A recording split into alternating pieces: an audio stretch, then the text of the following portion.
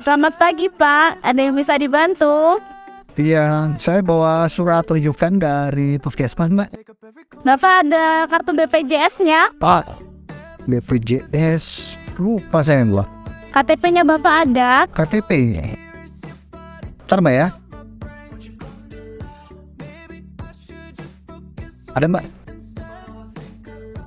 Oh ya, Mbak, sekarang udah bisa pakai KTP? Iya, sekarang sudah bisa, tinggal tunjukin KTP-nya aja Pak. Oh, jadi nggak perlu pakai kartu lagi ya?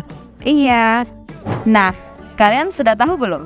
Sejak Januari tahun 2022 yang lalu, NIK sudah diresmikan sebagai nomor identitas peserta JKN.